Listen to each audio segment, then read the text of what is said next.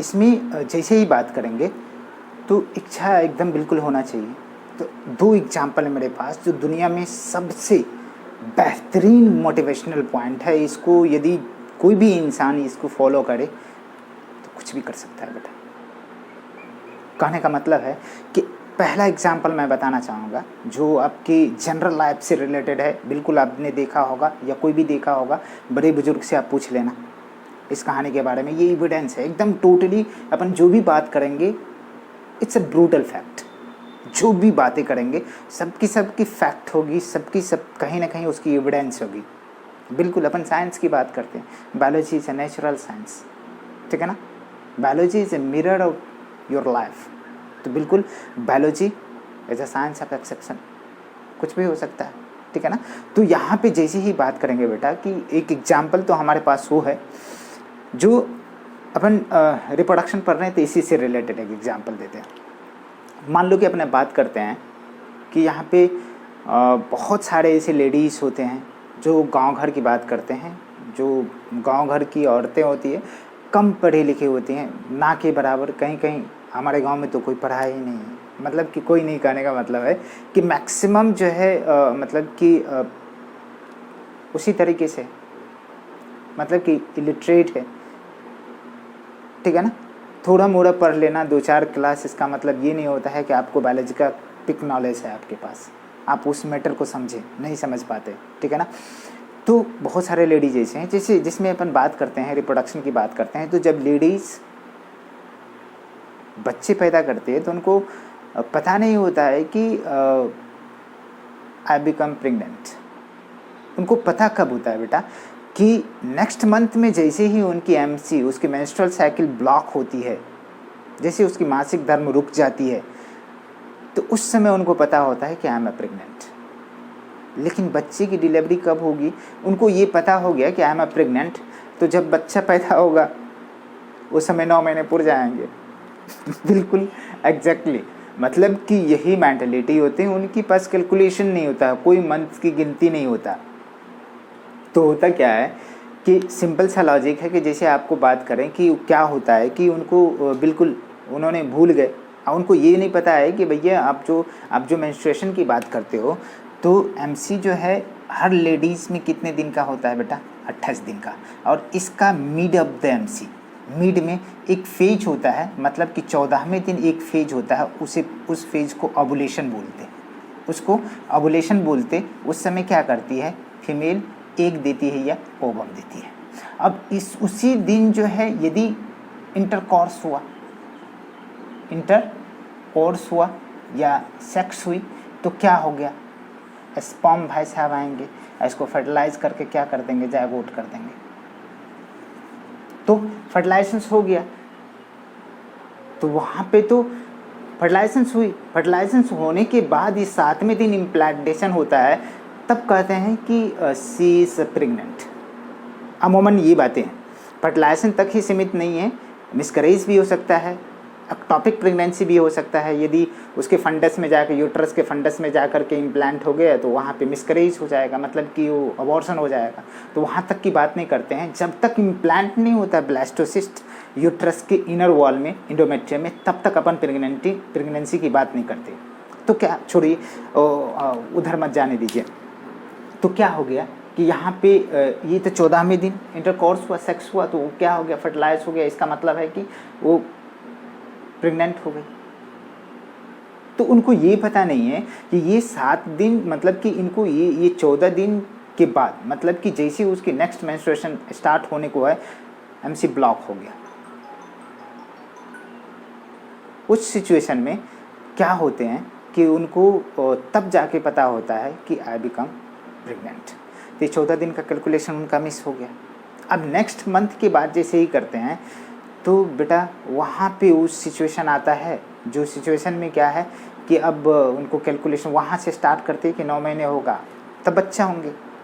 बिल्कुल 9 महीने के बाद कैलकुलेशन नहीं है। लेकिन क्या होता है कि आफ्टर 6 to 7 मंथ, 7 मंथ्स के आसपास जो है, 7 मंथ्स, आफ्टर 7 मंथ एक पेन होना स्टार्ट होता है, जिसे बोलते हैं, मतलब कि एडजस्ट पेन, जस्ट पेन होने स्टार्ट हो जाते हैं, एडजस्ट पेन।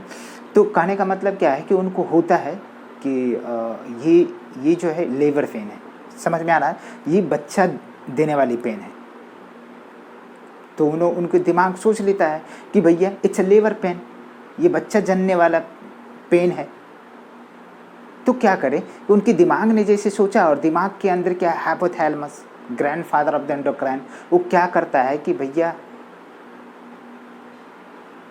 उंगली करना स्टार्ट करता है किसको, पिट्यूटरी को। कहा कि भैया मैंने जो तेरे को एक हार्मोन दिया था ऑक्सीटोसिन, उसका जल्दी रिलीज करो, इमरजेंसी है।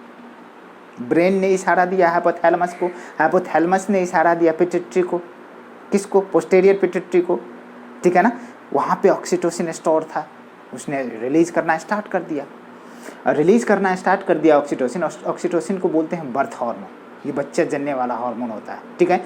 यदि उसको क्या करते हैं कि बिल्कुल रिलीज कर रहा है, जैसे ही रिलीज कर रहा है उसके मायोमेट्रियम, उसके यूट्रस में बार बार विग्रस कंट्रैक्शन रिलैक्सेशन हुआ बार बार। तो और क्या कर रहा है पिट्यूटरी, और हाइपोथैलेमस बोल रहा है और रिलीज करो, पिट्यूटरी और क्या करते हैं, ऑक्सीटोसिन को रिलीज करते रहते हैं।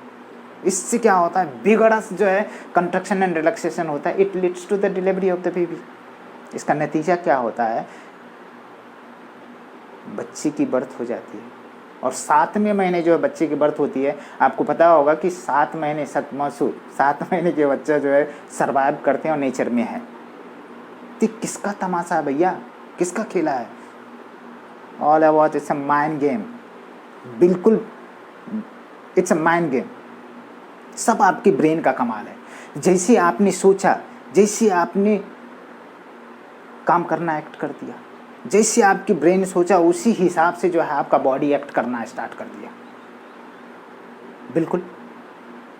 तो आप बी पॉजिटिव सोचिए और अच्छे सोचिए, ठीक है ना। जिंदगी में यदि अपने को नहीं आए काम तो किसी दूसरे को भी काम दीजिए, दूसरे को मदद करिए और दूसरे को चलना सिखाइए, उसको खींचिए मत, ठीक है। तो हर समय पॉजिटिव रहिए बेटा, हर समय अच्छे सोचिए। किसी को भी कोऑपरेट करने की ज़रूरत होती है तो कदम उठाइए और कदम बढ़ा के उसको कोऑपरेट करिए। गलत ट्रैक पे है तो उसको समझाइए कि बेटा ये गलत है, तुम्हारी नतीजा ख़राब होगा, तुम्हारे रिजल्ट अच्छे नहीं होंगे, आप अच्छे करो। हाँ, एडवाइस करो, नहीं फॉलो करते हैं तो बिल्कुल अब जब उसको पकड़ के नहीं कर सकते आप, करिए लेकिन, ठीक है। दूसरी एग्जाम्पल मैं बेटा देता हूँ आपको, बहुत ही ज़ोरदार। ये तो पहला हो गया। दूसरा एग्जाम्पल आपके पास है कि एक अमेरिकन साइंटिस्ट टीम ने क्या किया कि कहा कि भाई एक एक्सपेरिमेंट करते हैं। तो उन्होंने कहा कि भैया ऐसे आदमी पे एक्सपेरिमेंट करेंगे जो जाने वाले हैं। अरे भाई रोड पे तो नहीं मिलेंगे कि हाँ वो जाने वाले हैं, मतलब कि हेल्दी आदमी है बट उनको किसी कारणवश जो उनकी सज़ा हो रही है। तो कंडीशन क्या है कि जैसी सज़ा हो रही है तो इसका मतलब है कि उन्होंने क्या किया, अमेरिकन टीम जेल के अंदर गए। एक कैदी ऐसा था जिनको फांसी होने वाली थी कल के दिन। तो उन्होंने जेलर से बात करी, साइंटिस्ट की टीम, बोले कि भैया ये जो कैदी है इसको मेरे को दे दो। कहा क्यों भाई? कहा कि मैं इस पर एक्सपेरिमेंट करूँगा, इसको आप ऐसे भी लटका के मारने वाले हो, मैं दूसरे तरीके से मारूँगा। तो क्या लगता है कि लॉ एंड ऑर्डर की मावेन हो जाएगी? तो बिल्कुल उन्होंने कहा कि नहीं भाई, लॉ एंड ऑर्डर है, आप ऊपर से आदेश लो, मैं छोड़ देता हूँ। तो उन्होंने ऊपर से जो फॉर्मेलिटीज़ थी करी, करने के बाद जो है कहा कि करोगे क्या भाई? कहा कि देखो करेंगे क्या कि इसको सांप से, ब्लैक कोबरा, ठीक है ना, उससे डसवा के मारेंगे। भाई ये तो गजब की मौत है। तो कहा कि भैया पेशेंट जो कैदी था उनको लिया और कहा कि देखो कैसे कैसे मारोगे, किस तरीके से। तो बिल्कुल उन्होंने क्या किया कि दिखाया डेमो, एक मेमना बकरी का बच्चा साथ में और पिटारे में जो है नागराज ले गया कैदी के सामने। कहा कि बेटा तेरे को डेमो दिखाते, कल तुमको फांसी नहीं इसी तरीके से जाना है। उन्होंने क्या किया कि उसके जस्ट सामने पिटारा को ओपन किया तो कोबरा जो है मेमना को सामने रखा, जस्ट मारा डंक, इंस्टेंट टाइम में जो है बकरी का बच्चा निपट गया, मेमना निपट गया। अरे भाई, मतलब कि दो तरह के टॉक्सिन होते हैं, न्यूरोटॉक्सिक और हीमोटॉक्सिक, दोनों के दोनों अलग, ठीक है ना, इतना बात समझिए। मर गया। अब क्या कंडीशन है, न्यूरोटॉक्सिक हेमोटॉक्सिक समझना है? चलिए थोड़ा सा पढ़ भी लीजिए। मतलब कि एक पॉइजन ऐसा होता है न्यूरोटॉक्सिक जो क्या करता है, हमारे न्यूरॉन को ब्लॉक कर देता है, तो मैसेज ही नहीं जाएगा, तो हमारा हार्ट बीट करना छोड़ देगा, ब्रेन सोचना छोड़ देगा। हार्ट यदि बीट करना, सांस लेना छोड़ देंगे। भाई समझ में आ रहा है ना? इम्पल्स ही कंडक्ट करते हैं तो हमको मैसेज मिलती है भैया ये करना है, यदि वही नहीं करे तो निपट जाएंगे। ठीक है, तो एक नर्व सेल्स डैमेज हो गए तो निपट गए। दूसरा कंडीशन है कि जो हीमोटॉक्सिक, ब्लड यदि कोगुलेट कर गया तो ब्लड क्या है भैया, सारी चीज़ है, connective tissue, fluid connective tissues है। और ये काम क्या करते हैं, आरबीसी का काम होता है क्या भैया, ट्रांसपोर्टेशन सब गैसेस, O2 को ले गए और CO2 को लिया है। ठीक है ना। दूसरा कंडीशन है कि इम्यूनिटी, बहुत सारे पैथोजन हमारे अंदर घुसते हैं, WBC उसका काम है। यदि प्लेटलेट्स की बात करें, 3 तरह का ब्लड, WBC, RBC और प्लेटलेट्स, तो क्या करते हैं, कहीं कटे फटे तो थक्का जमाएंगे ब्लड का, तो सबका सब इम्पॉर्टेंट काम है। तो कहीं ना कहीं हीमोटॉक्सिक की बात करते हैं तो ये टॉक्सिन गया, ब्लड को कोगुलेट कर दिया, जाम कर दिया, भाई O2 CO2 गया ही नहीं, बेटा इसी तरफ के मर गए। तो क्या हुआ कि उसको नेक्स्ट डे आया साइंटिस्ट की टीम और जो कैदी था उनको दिखा दिया था डेमो के, बेटा ऐसे ही जाने वाला है। उसके दिमाग में अब कल फांसी होना है, फांसी का होगा भाई, वो तो एकदम बिल्कुल स्तब्ध हो गया। अब भर रात बेचारे को नींद नहीं आया कि साला सांप कटा के मारेगा मेरे को। तो बिल्कुल लोग सो ही नहीं सकता है भाई, कोई भी ज़िंदगी का एंड होने वाला है, कल आप कैसे सो सकते हैं, बिल्कुल नहीं सो सकते। तो उन्होंने कहा, और साइंटिस्ट वालों ने क्या किया कि उसमें सब चीज़ तो लिया है, एक्स्ट्रा एक इंसान को लिया जो जीरो कराटा जानता हो, जिसकी ये वाली चीज़ें बहुत ही स्ट्रांग होता है। तो उन्होंने आया और कैदी को बैठा दिया चेयर पे और उसके आँख पे जो है काला पट्टी बांध दिया, सब चीज़ दिखा दी, इक्विपमेंट, देखो सांप है, फलना है चिलना है, ये कटेंगे फिर आप निपट जाओगे, जिस तरह से मेमना निपटे।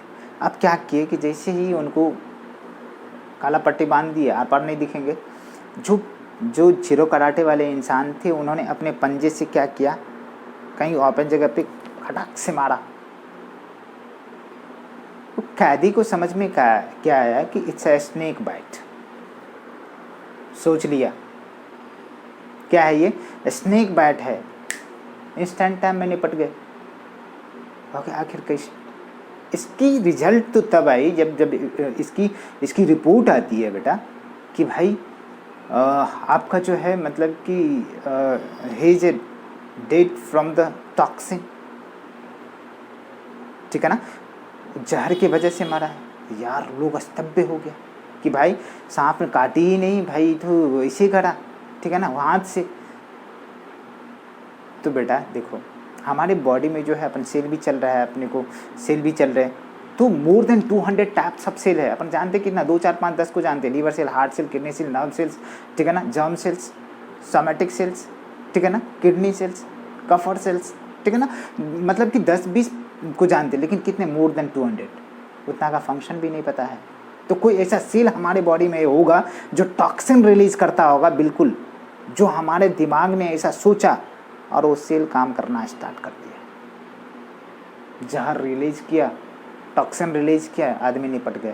तो बिल्कुल सोचिए, be positive, all things, all about in your life, all things carried out by your brain, so be positive, all things are a man game. बिल्कुल पॉजिटिव सोचिए, अच्छे रहिए, स्वस्थ रहिए, मस्त रहिए, तंदुरुस्त रहिए। नेक्स्ट लेक्चर देखिए, इट्स अ मोटिवेशनल लेक्चर, बिल्कुल अच्छे से सोचिए, अच्छे रहिए। ठीक है, थैंक यू।